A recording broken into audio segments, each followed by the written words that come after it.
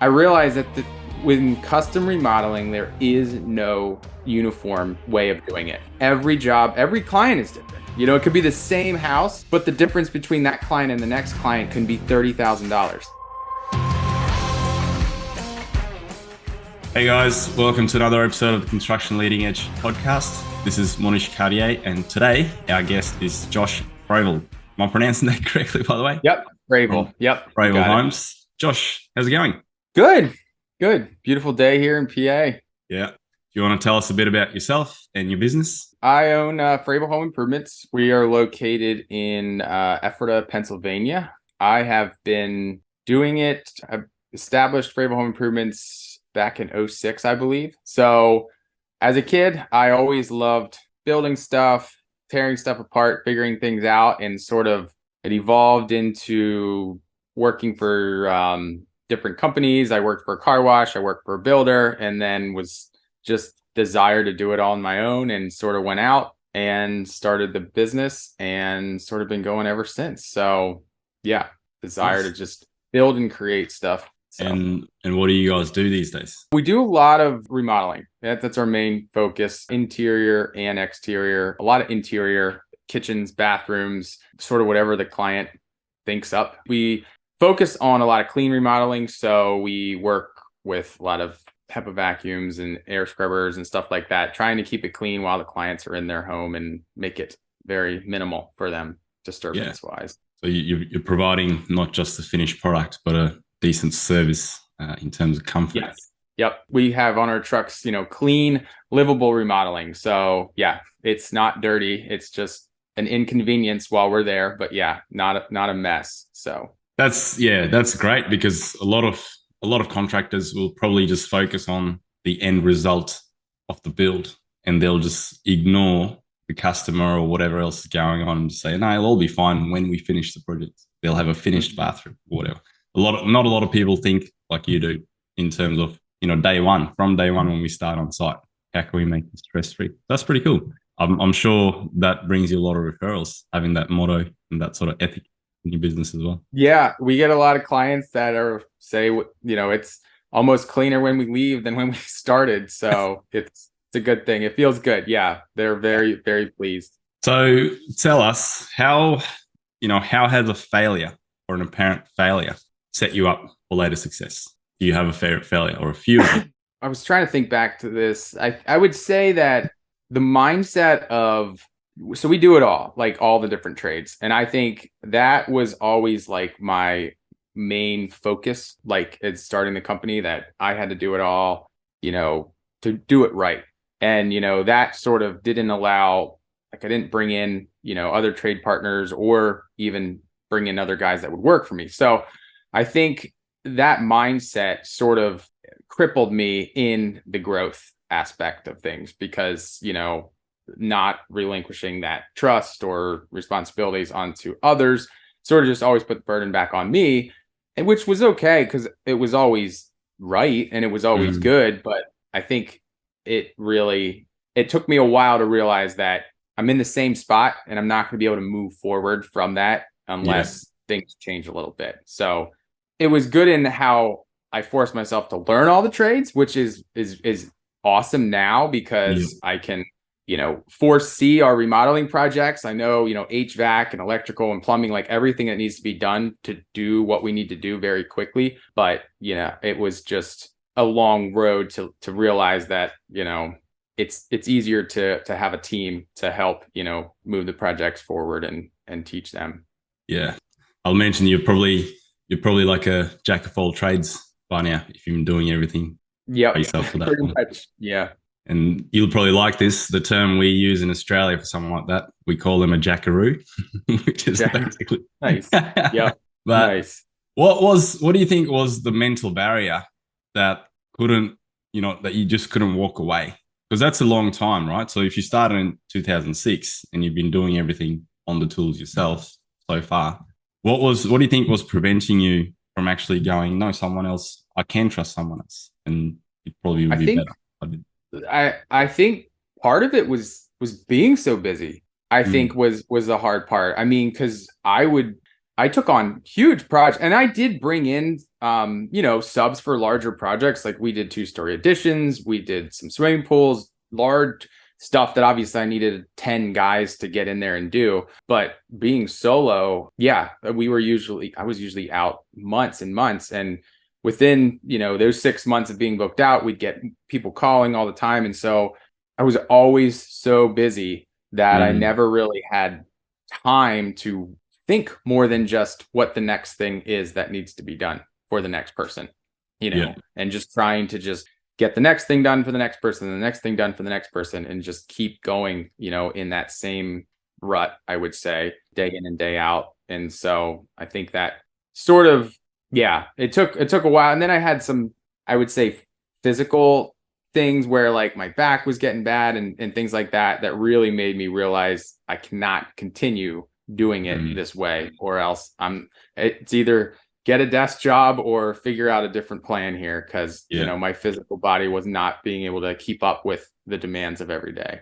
So it's a young man's game, hey, and you probably people don't want to think of it as, don't want to be arrogant or whatever, but in a way, when you work on the tools physically on site, your career is kind of like a professional athlete in terms of what you're physically capable of, right? Like you probably get to an age where, although mentally you want to do it, physically probably can't, and it's probably detrimental. So you need to have a plan in place as to, all right, I might get to my mid-30s, early 40s. What's next? How do I step off tools and do something else? So in terms of that, you're obviously, when you say you were doing everything, you're doing everything on site as well as in the office, right? So you're doing estimates and everything there as well. Yeah. My typical day would be 4:00, or even earlier. Some projects when I'd get just so much work, and it was nice. A couple of them where like a client wasn't home, or I remember doing a commercial project. I would show up at 4 and work till 6. Day in and day out, and then try and fit the books and stuff in the evenings or on the weekends, and putting 80 hours of work in every week, just keeping it going. How long have you been doing that for? Well, I think the first maybe 5 to 7 years was probably, you keep thinking you're getting started, and then eventually you look up and you're like, I'm not starting anymore. Like I'm doing this. Like this has been a while. Like I shouldn't, but I think we're all tempted to like, you do this, there's more money. So you keep pushing yourself because there's a return for that working, that extra job or getting in 3 more jobs. There's a financial return. And so that's always tempting to like, oh, let's just squeeze in, 2 more projects, and so you just keep doing it. And, and then you get sort of stuck in that rut. Well, I it only feels like yesterday, but when we first spoke and had your breakthrough session, you'd mentioned something that I could relate to quite well. You'd gotten used to this cycle of getting to burnout and then, kind of taking a mini break, working on a project for yourself, then coming back and getting in that rut again. So I can completely relate. I'm probably notorious for doing that every few years. I'll take a little break and come back and just end up there again, or I used to anyway, and it's a bit better now. But that's probably part of our personality, right? Tendency to just sink your teeth in and just keep working hard. So how's that changed now? How have you gone away from you doing everything yourself to being able to trust someone else? It has like just it's totally changed everything. Yeah. I mean, it's a different, I've realized that, so I've sort of through the program took sort of like a break of some of the project. I lined up some projects that didn't really need my attention fully. And through that, I was able to put a lot of time into the program, and then also just keep up with the office side of things, and, scratching my head doing still 8 to 10 hours a day in the office all the time, thinking, how did I even get close to, and I didn't, literally, I did not. Like I would stop taking phone calls. When we were booked out 6 months to a year, like there was no point in looking farther than that point, because we have a lot to do between now and then. And so, I would turn down tons of work I couldn't keep after things. It was just, and because we just always had so much to do. So yeah, this has really allowed me to focus on clients and get back to them and keep these projects and all these details moving forward quickly with quick answers and feedback. And I'm now racking up so much more work because I'm able to keep after all of the paper trails and work that needs to be done to prep these projects so that they're just ready to go when we're ready to start. So yeah, I don't know how I did it before. Looking at what I'm doing in the office, it's more than a full-time job. Yeah. And I was sort of squeezing it into when I could get it done. Yeah. So, well, congratulations. It's always good to win a lot more work. But I want to ask you, the flip side of that is, again, a lot more work means probably hiring someone else. Is that something that's on the cards? Actually, I hired another guy last night. So nice. I did. Yeah. So he is actually going to probably start this coming week. Yeah. And so, yeah, I just, once we were going through the program, realized that we really needed somebody to pull me out of the field even more and to keep things moving quite along. And twist of fate, we put some ads on, and the guy contacted us, and he's like a perfect fit. And yeah, he's anxious, really excited to get started. So nice. Yeah, he's going to start next week.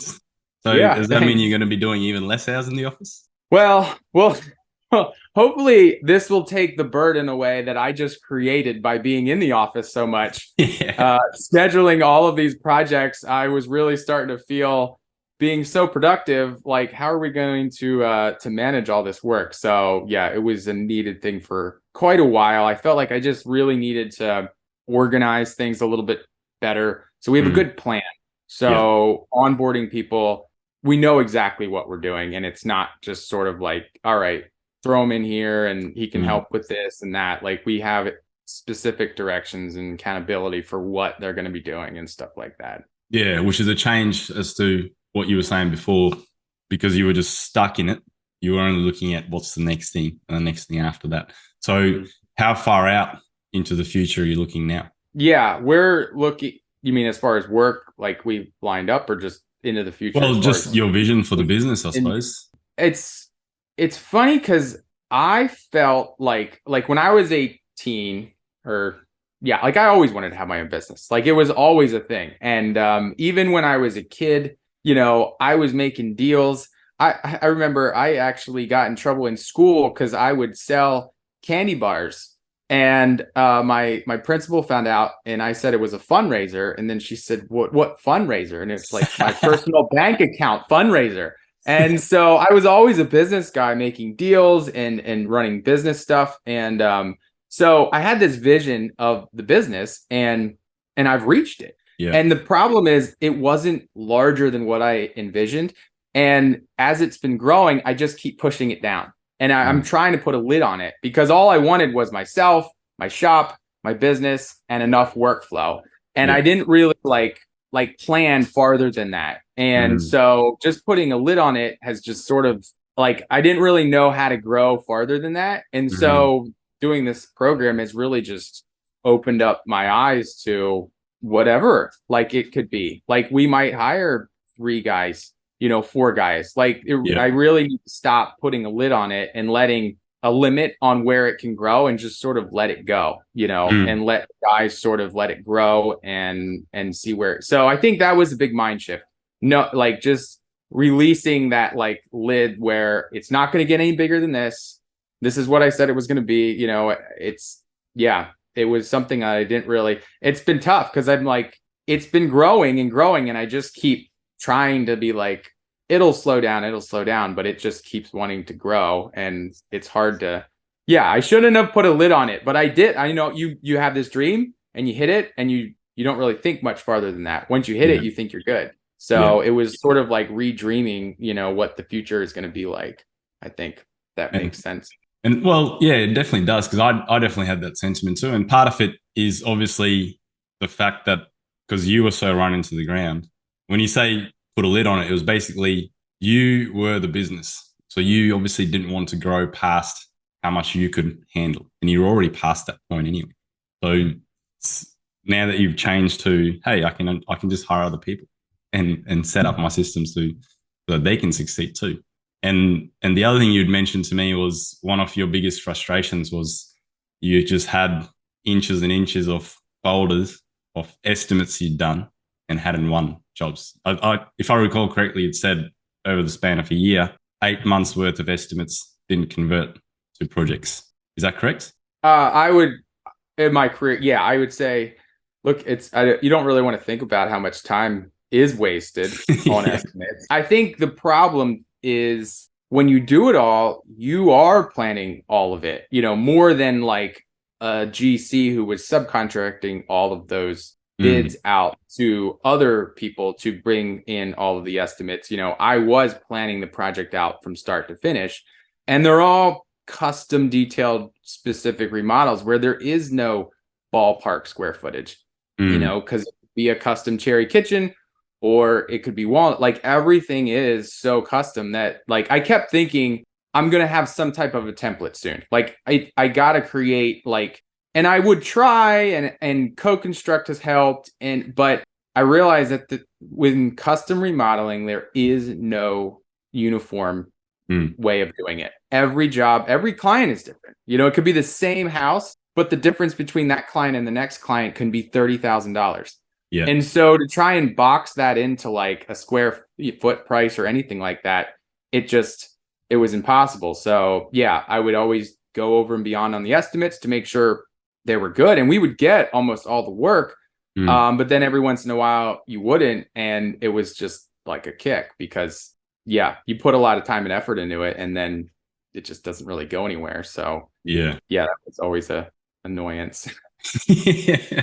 So what's changed there? Well, I've been wanting to change for a while with doing sort of a pre-construction plan. And ironically, I had so I did a project for myself this year. And then the fall, I was like, all right, I'm really going to dive into this.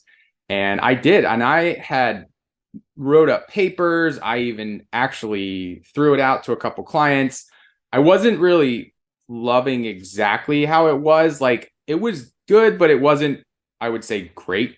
And I was just sort of lost, or not lost, but I wasn't sure how to cross that finish line. I felt like I could see it, but I just didn't know how to cross it. And I think I was here and in the office and I caught a podcast. And then I think at the end, they discussed going through the SYCB program and then sort of fell into it. Was literally like the weekend after I was stuck. It just worked out perfectly. Yeah. And then I thought, oh, well, this will be all the answers I need. This will just make and I realized in that you didn't really give us the answers. They were all in our heads. You just helped us, make a plan and, spell it out into a system that we can then follow. So doing the pre-construction, we're able to now, charge for estimates. We can do all the prep work before we actually do the project and then, take on the people that are really serious, spend the time with them and really, make it worthwhile versus being stretched over a lot of different, that was the big problem, being stretched out over my co-construct. I would have 10 to 15 projects that I was always constantly working on. And it really limits the amount of time you can spend with everybody when you're stretched that far. So it's really helped sort of, make that smaller of a list and be able to give people a lot more attention and detail to their projects. Yeah. And that's specifically to people that actually see the value in using your services for that, instead of people that are just looking for a free estimate and, going to 2, 3, 4 different contractors and wasting everyone's time. Probably not ideal clients. And in the long run, it's better to figure out who to say no to right from day one and say yes to the people that actually appreciate and value your time, right? Yeah, absolutely. That's good. So what is something you believe to be true about business that some might think is unconventional? True about business that would be unconventional. I would say when we did all of the trades, that was pretty like a lot of people didn't expect us to come in and do the plumbing and do the electrical and do the cabinets and do the plumbing. And yeah, we'll do concrete outside too. And we'll do the CAD design and all this kind of stuff. So that was one thing that when the clients really loved about our services, but usually they would expect somebody else to be there. And then for some reason, I thought I had to do it all. And some of these jobs, they expected somebody to be doing all of those anyways, and I just didn't really let it go, I would Yeah. say, to bring in other people to help in some of those areas. So it's not that the client was expecting you to do everything. It was just that they were expecting it to be done to the standard that you would like. And it doesn't really matter who does it. That's exactly what I've come to realize. As long as it gets my stamp of approval, it is good. Yeah. And I think it's a bad, rough that I took 16 years to get to the point where I realized that. But you know what? Those 16 years, I've learned a lot. And it's helped me to, even when I bring the subs in, there's a specific way that we want that done. And so it really helps look over the shoulders while they're doing whatever they're doing to make sure that they are doing it how we want it done and doing it the right way. And it's what the client wants, versus not having a clue of the process of what they're doing. And then it's done and then it's not done right. And now you're going backwards to try and figure out how to redo this. So it's definitely helped in the clarity to be able to just, from tile guys to flooring guys, hey, this is how we want it done. This is the direction, I can speak their terms because I've done it. And it makes it very easy to explain to them what the process is than, having a designer that never picked up a piece of Schluter trim or mudded a tile to know exactly what the end result is here on this. So that has helped. And so how you set that expectation going backwards with your client as well, that, hey, I'm not going to be doing everything. These guys are, but they're going to be doing it to this standard. How are you managing that? Because I'm sure there's a lot of other guys like you who prefer to do everything themselves because they feel that the client's expecting them to. So how do you, at the start of the job, manage that?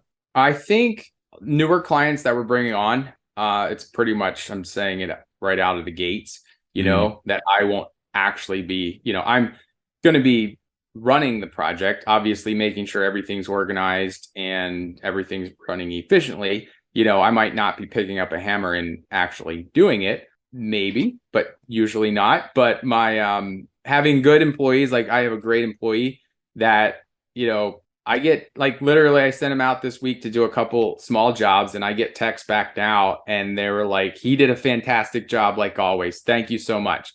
Yeah. That's great. That's exactly the kind of text I just sort of told him to go here, do this. And then I get, the text back from the clients that they're extremely pleased and happy. And so, I think having the right person really helps make that right. Having good relationships with the clients too, trust over the years, I think also helps for, clients that you've had in a longer term than newer ones. But And how would you say, have you set up your employee for success? Sort of taking a lot of the control I wasn't really controlling, but I felt like I was more micromanaging everything. Like I would have loved to done less, but when we did the one, I think we've had to fill out something where we both sort of were thinking what was not working the best. And we literally had the same answers, where his was, he would like more control on the projects. And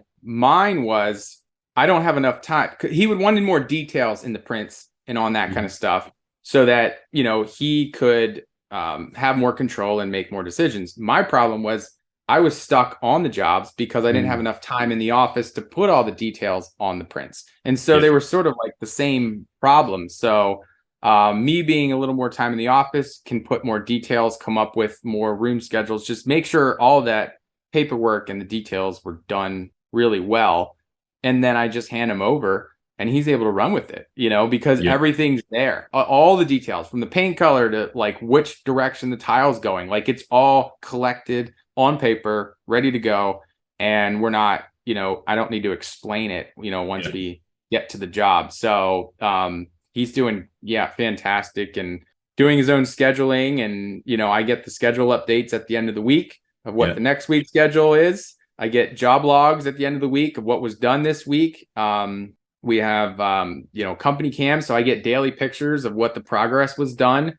Yeah. And so I'm able to just keep up with it being in the office and being able to see where we're at the end of the day to plan the next day and the next day. Yeah. So yeah, those kind of details, it's like I don't really need to be there, Yeah. because I see what's going on, Yeah. and a picture's worth 1,000 words. And when I see that, that wall didn't get drywalled, then I know where we're at tomorrow, Yeah. without Yeah. needing you to explain that to me. So Yeah. yeah, that really helps setting up those systems. So it's basically the transfer of information, right? Because it's now you're handing it off to him at the beginning of your project. So he's got all the information that he was previously missing and needed to get out of you during the project to do it.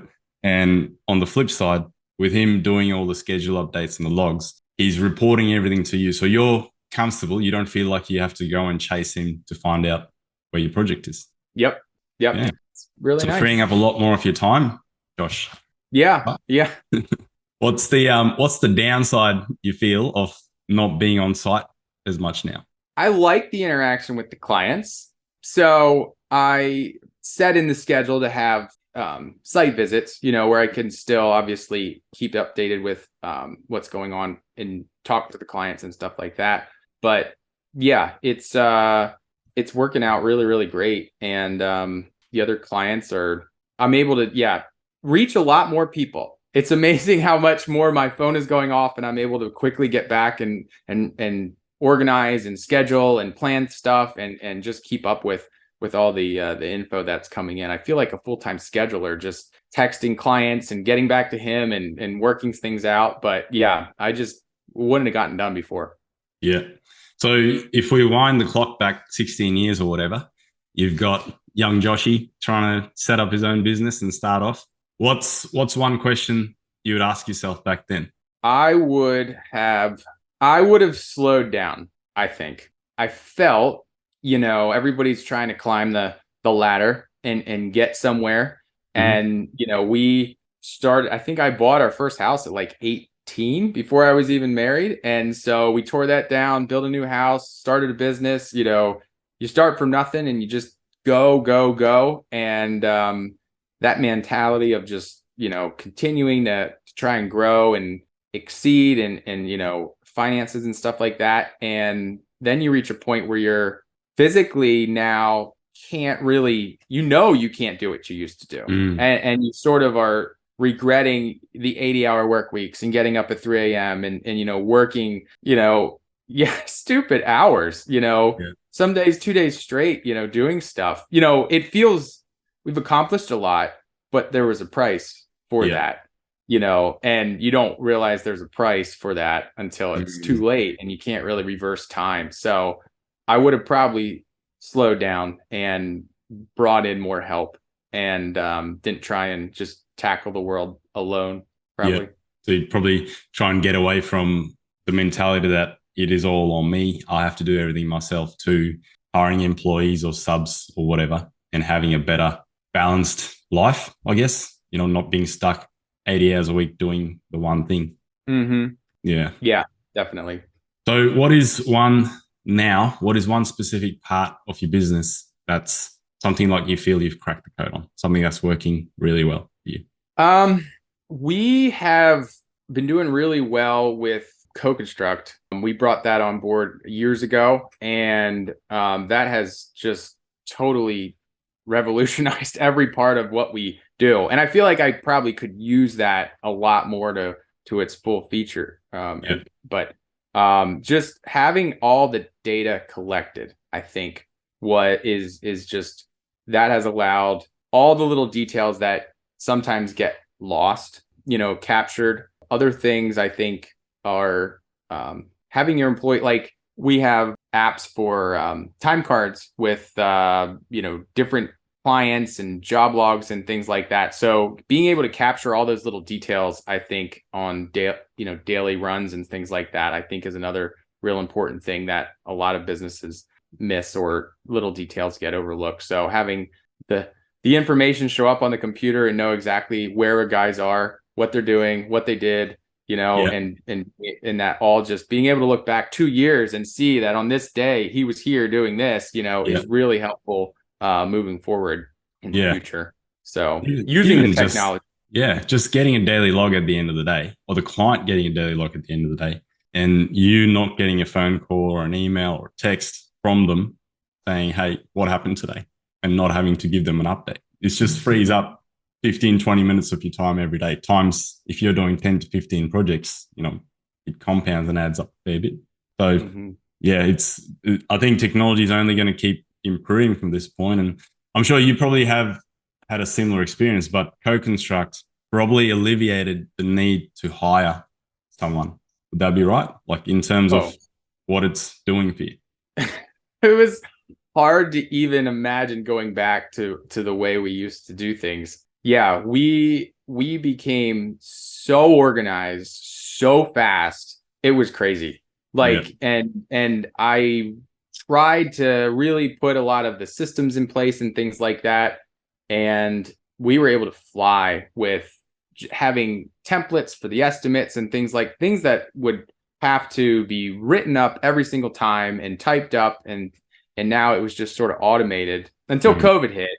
And then like the whole lumber amounts just sort of went out the window, and you just sort of had to call for updates on everything. But yeah, just the client interface, where sometimes it's a lot of information we're talking about, Mhm. a lot of times on kitchens, from handles to countertops to what kind of sink, colors and things. Like there's so many details that need to be captured and recorded and Yeah. dated, and so we can both look back at it. Mm. And yeah, it's really changed everything and how we do it. So Yeah.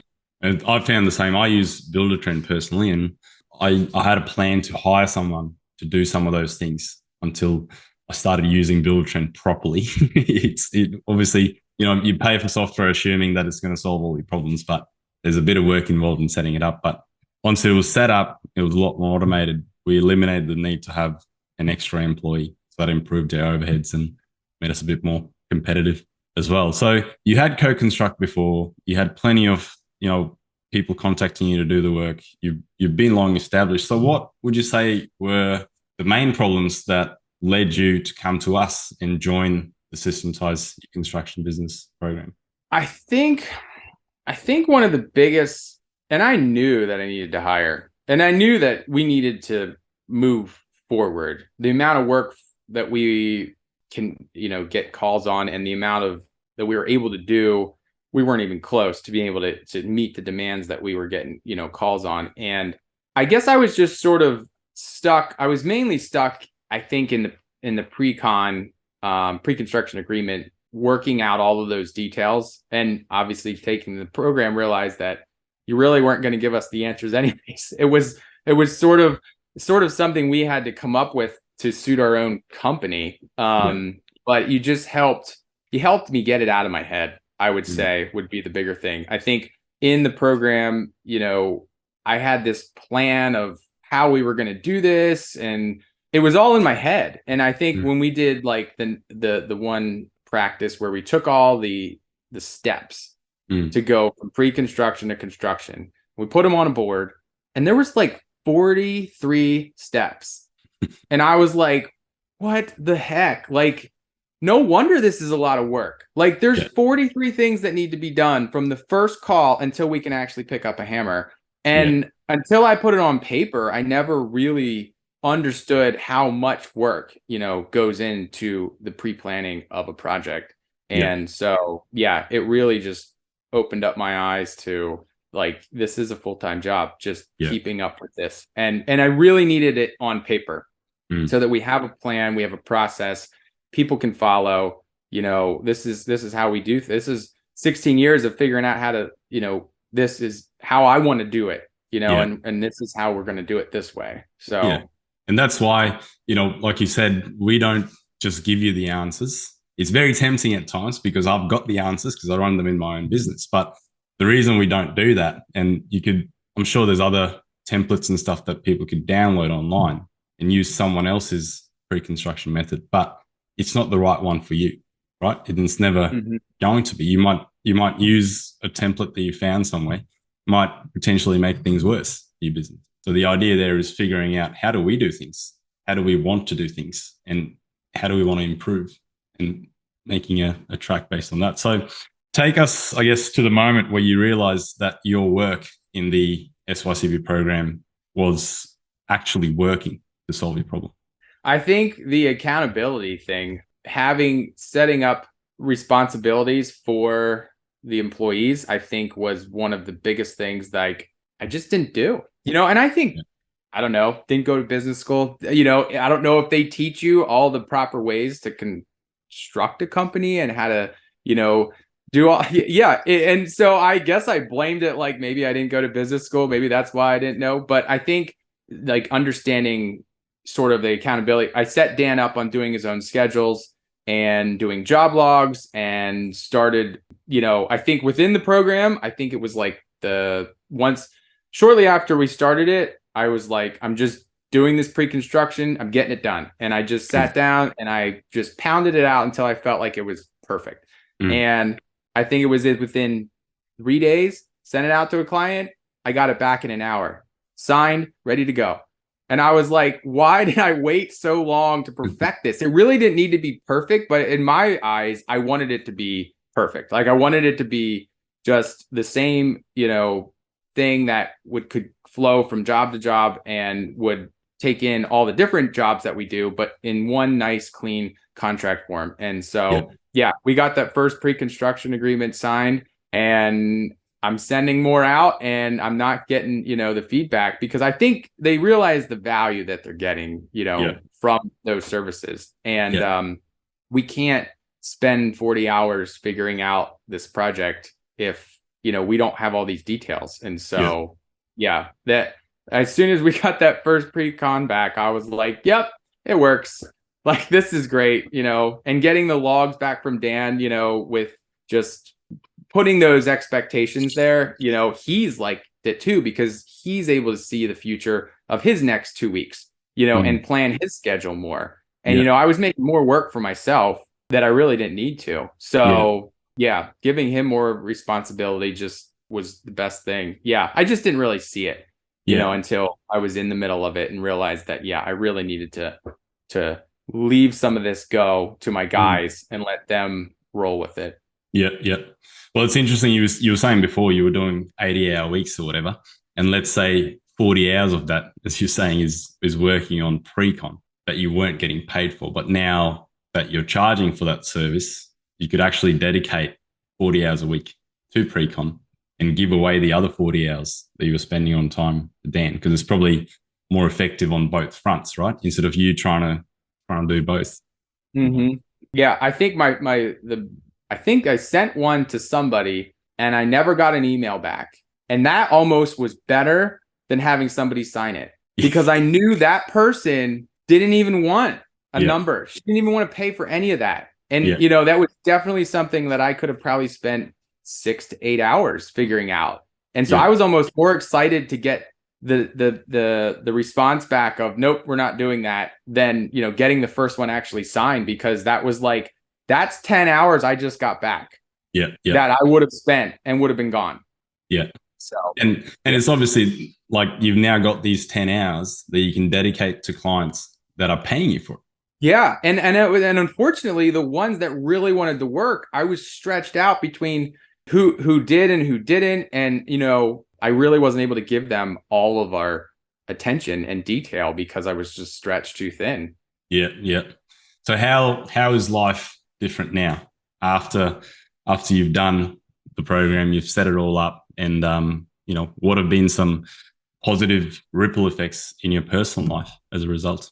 I feel so much. It's a lot. Like, I went crazy with checklists. Like, now I have checklists for everything in the pre-con. We have checklists. Like, I have so many checklists that it's like I don't have to think as hard, about what we're missing. Like, I just went crazy with like everything we need and in the pre-con and stuff. And it's just like following the directions. Like, it's not like we need to be.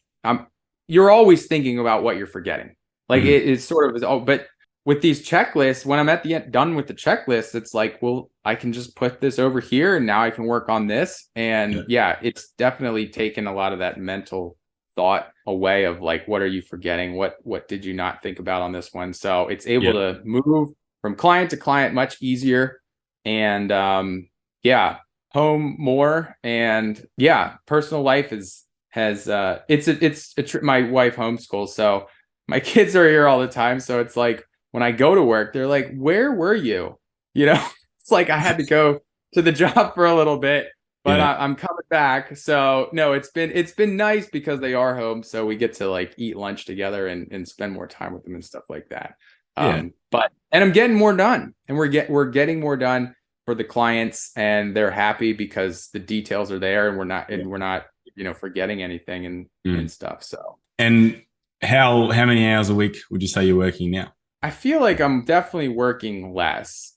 I would say, I don't know, I'm probably I'm trying to still dedicate a good bit of time to the system to make sure I'm not losing traction, You're so working on the business. yeah. Yeah. Well, yeah, that's the big thing. I guess that's the big difference. Instead of working I'm taking time to actually improve systems, improve checklists. I've written so much in the last 4 months. I probably have in the last 10 years of lists and things and so I'm getting super organized, and it's really helping just streamline everything. So Yeah. it's just an easy system to follow. So Yeah. So with the new individual that you've hired as of yesterday, what does that transition look like when that person comes on board? So what like his roles are and such you're referring to? The Yeah. nice thing was How will you set him up for success from day one?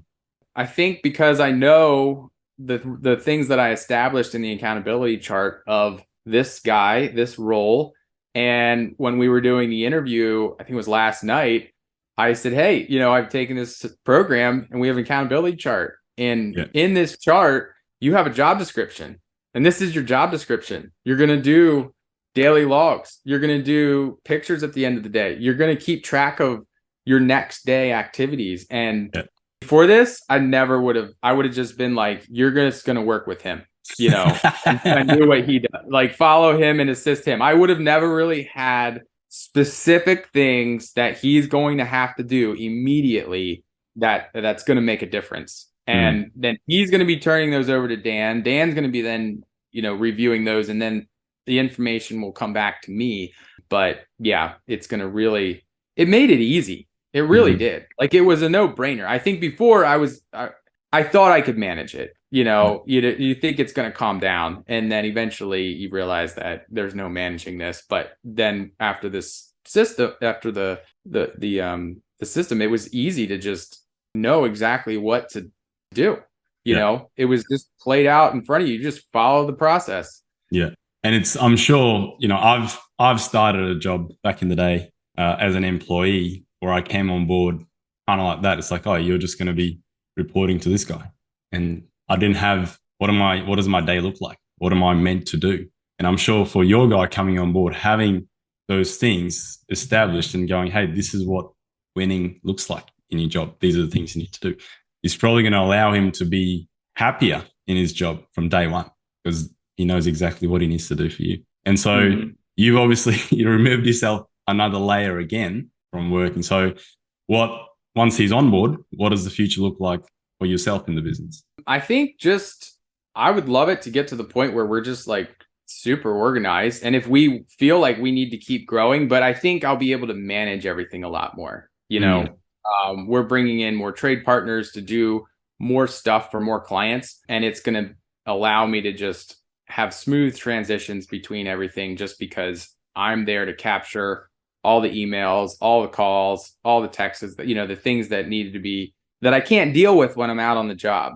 I come back and I have 20 emails, and then I have, these text messages and voicemails, and I'm trying to get back to everybody, and there's just not enough time in the day to do it. So I think it's been a real mind shift just sitting here in the office, and the phone goes off and I like get right back to the client, and they're like, oh, fantastic. And it's like done like quickly instead of like having, I dreaded voicemails. Like, I hate answering voicemails because I would have 10 and I'd have to plan like an hour and a half to go through all these and talk to, make all these phone calls back. And so you got to literally plan an hour and a half in your day to make all these return phone calls because you're preoccupied during the day and you can't get to all of them and stuff like that. So it's been really great to be able to get right back to the client, resolve things quickly and plan. And my clients are thrilled because we're able to tackle their projects that they thought we forgot about. No, they were on my list. We just needed to get the time to get there and get it done. So yeah, it's been working out really well. And so now that you've removed the lid, what does growth look like? Are you going to do more revenue this year than what you had projected? I would imagine so. Yeah, I think we've been doing really well. I think we're pretty organized in what we do. So that really helps. But yeah, I definitely see us doing a good amount of revenue. I feel really good now that the guy just came on board because I have a lot of projects stacked up and I was starting to really feel the heat of the next 6 months if we didn't get some people on board to help. Everybody's saying yes, and I'm bidding them comfortably, and just because they're really complicated and risky projects. And so it's been a relief knowing that we're going to have help to deal with all of this. Yeah, no, that's good. And we spoke about in terms of your time getting freed up, and I remember there was that one group call that you jumped on and you were like, hey, last week I finished all my stuff pretty early. So I just called Dan up, asked him if he needs a hand on site, and went and helped him out on Friday because you wanted to, not because you had to, sort of thing. Yeah. I was going to say, I think that was a big, it was a good transition through this program and so he got used to me not being there until if it was definitely something we both had to be on, I would show up. But yeah, I felt like we were at the end of that job and I knew that the next week I already had all this stuff planned out. And I was like, I can spare the afternoon, and jumped in there and I was able to get us right back on track. And we were able to get next week right on schedule and we didn't miss any time. And, but he was sort of surprised when I said that I'll be here this afternoon to make sure we get there. So, but it's good. Yeah, it's pretty cool, having the privilege of spare time to be able to do that, to be able to go, okay, I'm done in the office. I'm going to go to site because I want to, not because I have to, and then end up doing a 12-hour day or something like that. That's great. So is there anything else you'd like to share with us? Not really. It's just, it's been a huge mind shift for me, I think, to stop micromanaging. Letting your guys do what they're good at, and give them accountability. I think that's been the big thing.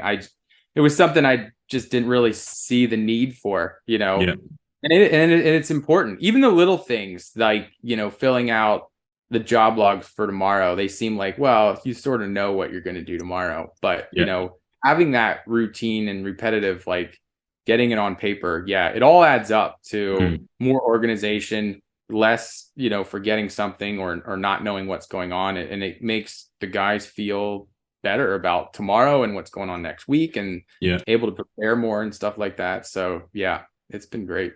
And in terms of accountability as well, I must say you did all the work in the program. You turned up to every group call, you did all your assignments, you actually implemented into the business right away. And obviously you were coached by Leah, who I'm sure cracked the whip and made sure that you actually great job. Yeah, she is a great coach. Yeah. There's a big deal about people that come in and do the program and actually do the work. They'll see the results. And, as you've mentioned, we're not people that just give you the same template that we'll give to everyone else. It's about putting the work in and getting out what you actually want your business to look like. That's cool. And so if people want to reach out and touch base with you, what's the best way for them to connect with you? You could, our website is fravelinc.com. Also on Facebook, Fravel Home Improvements, and Instagram. With 2 Instagrams. I think my wife, she created a more polished one. I think it's Fravel Home Inc. And then I have a Fravel Home Improvement. And mine's sort of like the day in, the day out, which there's not going to be quite as many videos if I'm not on site all the time. But I like doing videos. It's always fun, if we got an excavator in a tight spot, to just do a dangerous video or something like that. But good on. So your Instagram is something that other contractors like to see, and your wife's Instagram is something that clients like to see. basically. That's pretty much it. Yes. Yes. I like to do what we're doing, what we're actually doing, what is messed up that we're Yeah, doing. yeah, When an outlet catches on fire or something, yeah, something worth capturing, yeah. And on.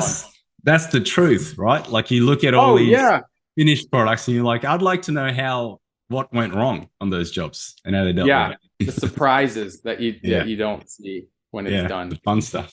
Nah, it's cool. Well, this was really fun, Josh. Thank you so much Yeah. for your time. And I'm sure we'll hear about your success in a few months and in a few years and things like that as well. I'm Maybe gonna you keep might be doing 0 hours a week and scrapping at fun things to do. I'm gonna keep you doing stick with the process, yeah, keep implementing the things we've learned and the checklists and all that kind of stuff. So yeah, I'm excited to see the future. I'm excited again. I felt like I was burned out. Yeah. And sort of now I feel like I think when I was 18, 19, Yeah, right. like this, I want this business, and I'm going for it. And now I've don't have to do the next 16 years how I did the first 16 years. I can Yeah. learn from that and go a completely different route. Yeah. And it's exciting again to see a future that's unknown, but yet you have a direction. Yeah. Yeah. So moral of the story is do the SYCB program and go back to being a 18-year-old. Yeah. Yep. There you go. Yep. Nah, Definitely. that's cool. That's good to hear. Well, awesome. Thanks again for your time. And I'm sure we'll hear from you in the future. Hey guys, it's Todd again. Thanks for listening to the podcast. Be sure to check out the show notes for more details and head over to constructionleadingedge.com for more resources. You'll find links to the podcast, free training videos, partners, lots of valuable resources over at constructionleadingedge.com. And if you want your business to run without you, so you can get out of day-to-day firefighting, be able to take a long weekend or even a proper 2-week vacation, or be able to sell your business one day, then there are 3 crucial systems that you absolutely need to have in place. Look, you can certainly figure all of this stuff out on your own through trial and error. You could spend months experimenting, try things on a project, try out systems, see if they work, meanwhile dealing with all the chaos and profit bleeds along the way. However, if you want to accelerate your results, and if you want to avoid months or even years, maybe even decades of learning curve and mistakes, one of the best things you can do is find a proven system and use it. Find a proven system. It's the same reason why you use QuickBooks or Sage or CoConstruct or Buildertrend or Procore instead of creating your own software. Look, you probably could do that. You could create your own software. You could hire developers, spend years and tens, if not hundreds of thousands of dollars figuring it all out on your own, making costly mistakes, spending a lot of time. But why spend a lot of time and energy reinventing the wheel when you could just take advantage of the years of work and all the investments somebody else has already made?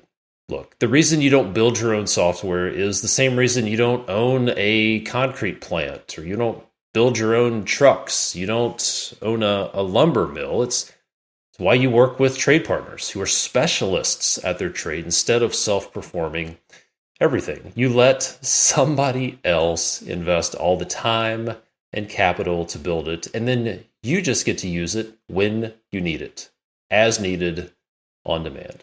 And that's why most successful professionals invest in coaching, whether they are NFL quarterbacks, Major League Baseball pitchers, CrossFit athletes, race car drivers, CEOs. Coaching brings you 3 things. Number 1, a proven system. Number 2, new ideas. And then number 3, accountability. You get access to a proven system that you can just plug into your business without spending months or years trying to figure out on your own. You get new ideas. A team of coaches who works with construction business owners from all over the world will share ideas and best practices that you simply may not have been exposed to. They'll help you also see things that are in your blind spot. And the nature of blind spot is you can't see it. And then let's face it, when you're the boss, when you're the owner, there's probably no one looking over your shoulder. And that's why you need accountability. Accountability to drive implementation. And then if you can do all of that within the community of a bunch of other construction business owners, that's a bonus. That's even better. So that's what an investment in coaching will do for you. Look, I've tried to figure this stuff out on my own. I've seen lots of people do it. And trying to figure this out by trial and error is crazy. It's expensive. It takes a lot of your time. And frankly, you just don't have to do it because there's a better way. Here's the good news. You can get the results you want without having to recreate the wheel and figure it all out. An investment in the right, it's very important, an investment in the right coaching program pays for itself in a month. Don't go it alone.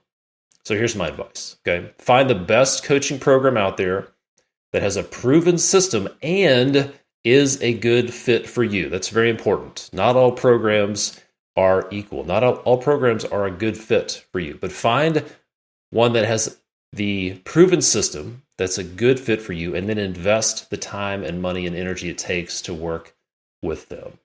And if you would like our help to help you put those crucial systems in place in your business, then let us know. If you want our help so that your business can run without you, so that you can take a vacation, so that you can get out of day-to-day firefighting mode, so you can set up a team and set up a business that will run without you, here's the next step. Go to constructionleadingedge.com/apply.